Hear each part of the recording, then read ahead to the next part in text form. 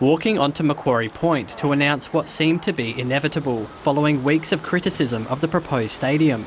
The Premier now shedding the planning process and suiting up for specific legislation. Well, I believe it's best for Tasmania. I would not be doing this if I didn't think that this is best for Tasmania. Legislating the stadium would mean the project of state significance process comes to an end, but it is still taking public submissions and could potentially hold a hearing.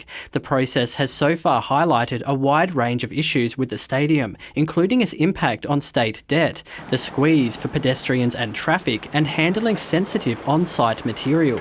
There are issues that we need to do with, and of course with the enabling legislation will be conditions attached as well, which will include a number of areas in terms of traffic management, in terms of water and sewerage. Along with the immediate impact on major transport corridors. There's always disruption when there's works, but it's about the outcomes, not about the disruption through the process.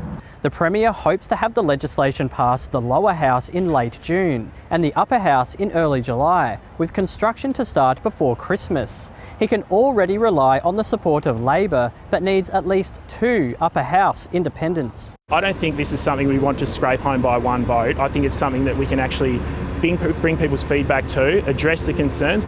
And those concerns are likely to intensify, with the Premier putting the onus on MPs rather than the Planning Commission. We're not urban planners, we're not transport experts, we can't deal with sediment and flood risk.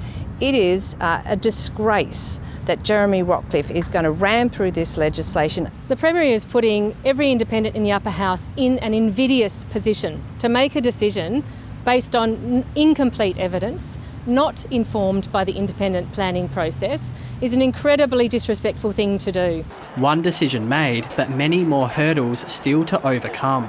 Adam Holmes, ABC News.